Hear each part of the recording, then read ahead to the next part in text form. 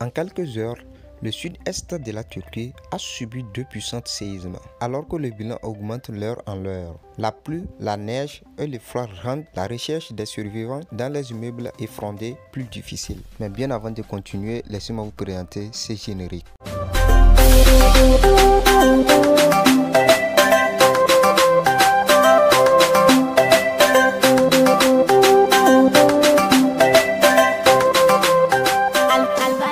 D'après les nouveaux décomptes fournis ce mardi matin par la FAD, l'organisme officiel de secours turc, le séisme a fait 2921 pertes de vue et 15 834 blessés en Turquie. Ce nouveau bilan provisoire porte à 4 365 pertes de vue et le nombre total de victimes en Turquie et en Syrie. En effet, une vingtaine de combattants présumés du groupe État islamique se sont évadés de la prison militaire de Rajo en Syrie à la faveur du séisme qui a frappé la région lundi. D'après une source au sein de l'établissement. À la suite du tremblement de terre qui a affecté Rajo, les détenus ont lancé une mutinerie et ont pris le contrôle de certaines parties de la prison, déclaré par cette source à l'agence France Presse. Du coup, cette source, qui n'a pas souhaité être identifiée, a ajouté ainsi qu'environ 20 prisonniers se sont évadés et on pense qu'il s'agit de membres de l'État islamique. Située une zone rebelle près de la frontière turque, au nord-ouest de la Syrie, la prison de Rajo est contrôlée par des forces pro-turques. Elle compte quelques 2000 détenus,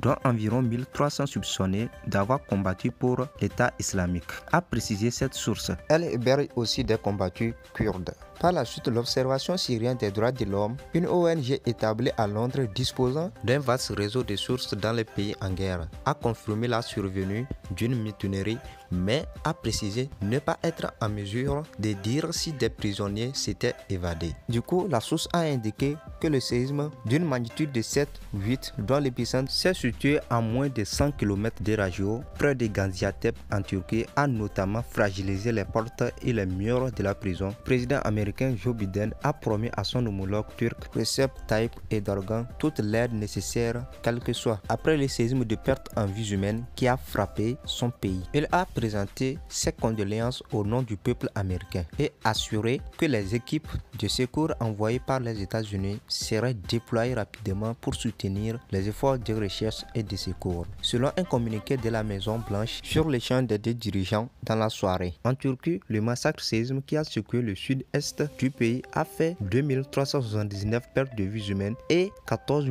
483 blessés, a annoncé tard dans la soirée le vice-président turc Fuat Oktay. Selon M. Oktay, qui s'exprimait devant la presse plus de 20 heures après la première secousse d'une magnitude de 7,8, en compte 7840 personnes retirées des décombres et 4748 bâtiments complètement effondrés. En Syrie, au moins 1444 personnes qui ont perdu la vue de lundi des suites du séisme ont annoncé tard dans la soirée le gouvernement et les secouristes. Dans la partie de la Syrie contrôlée par les forces gouvernementales, le bilan a grimpé de 1431 blessés à 711 de pertes en vies humaines dans les provinces d'Alep. L'attaqué Hamad Tatous a indiqué le ministère de la Santé syrien. Dans les zones sous contrôle des rebelles, au moins de 733 personnes ont été éliminées et plus de 2100 blessés, selon les casques blancs ou encore volontaires de la protection civile. Ces nouveaux bilans portent le bilan provisoire du séisme à au moins 3800 pertes de vies humaines.